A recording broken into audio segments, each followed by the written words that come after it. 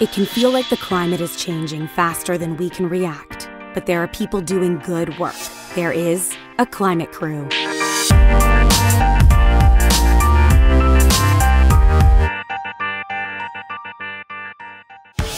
So I'm part of a team of fire scientists and vegetation ecologists here in Banff. There are teams like us all across the country. We're part of this big climate crew that's doing all sorts of things to mitigate the impacts of climate change. And welcome to today's operational briefing for the Compound Metals Prescribed Fire.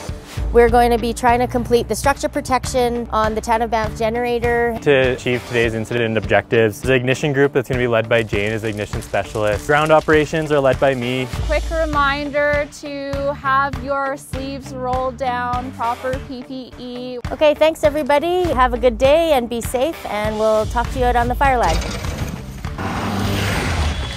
With the effects of climate change, we have potential for longer fire season, bigger fires. And with 100 years of fire suppression and this buildup of fuels on the landscape, it means that a lot of times fires will become much bigger and burn much hotter across the landscape. So prescribed fire creates a mosaic on the landscape where fire has barriers.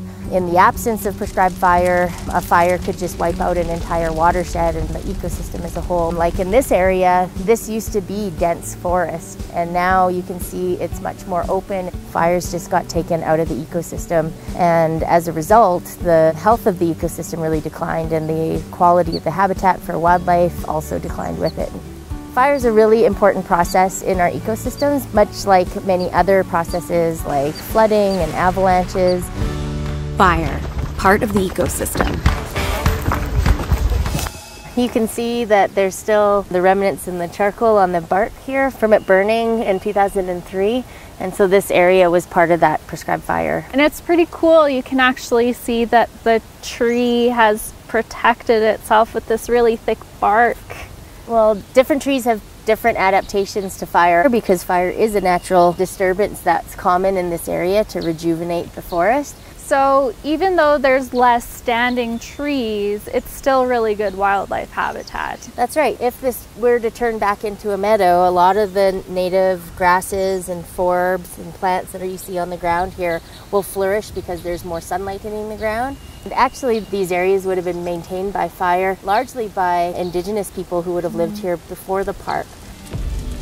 So the cultural burning has been on the landscape here for like millennia, but prescribed fire has only been in the last few decades. That's right, yeah. We've been trying to restore more and more fire to the landscape and doing prescribed fires like the one that we're planning here on the Fairholme that are fairly large in scale.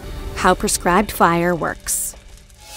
Where we suppress fire, the vegetation or the trees are really dense, and so that's represented over here by the really dense matchsticks, and the community is represented by the marshmallows.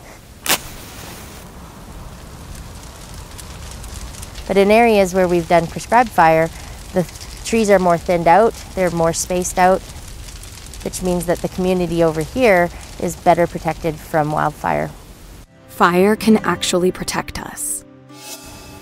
So the fire behavior triangle has three sides. It's fuel, topography, and weather. The one thing that we can control is fuel. And we can do that by removing vegetation either through hand crews, removing small trees and logs and shrubs, or we can do that with heavier equipment like commercial logging equipment to create fuel breaks like the West Sulphur fuel break that protects the community of Banff. So why didn't we just do a prescribed fire here? Why did we go in and just log trees? We're logging in this area because it's safer than to do a prescribed fire so close to town, and then we're going to combine it with prescribed fire down the road to maintain it. And we need all the tools in the toolbox to make sure that the landscape in the national park is resilient to things like climate change and that we protect the community of Banff. Deciding where to do a prescribed fire. Science goes into fire management, both in predicting fire behavior and how we determine what type of fire that we're looking to restore to the land.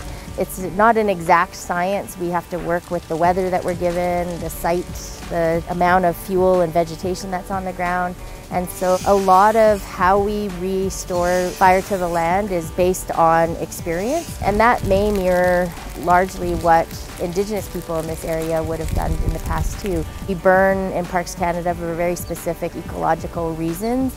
So if we want to restore grizzly bear forage like buffalo berry, we try to figure out what kind of fire creates healthy buffalo berry bushes. And then we figure out what kind of weather creates the type of fire that creates the good buffalo berries. And then on the day that we go to burn, we have to work with whatever weather we have across the landscape. I love the fact that the work that we do has tangible, visible impacts on the ecosystem.